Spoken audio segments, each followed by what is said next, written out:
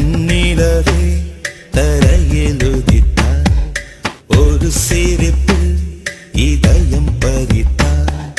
நீ எனது கனவில் வரவே எழாமல் இருக்கிறேன்.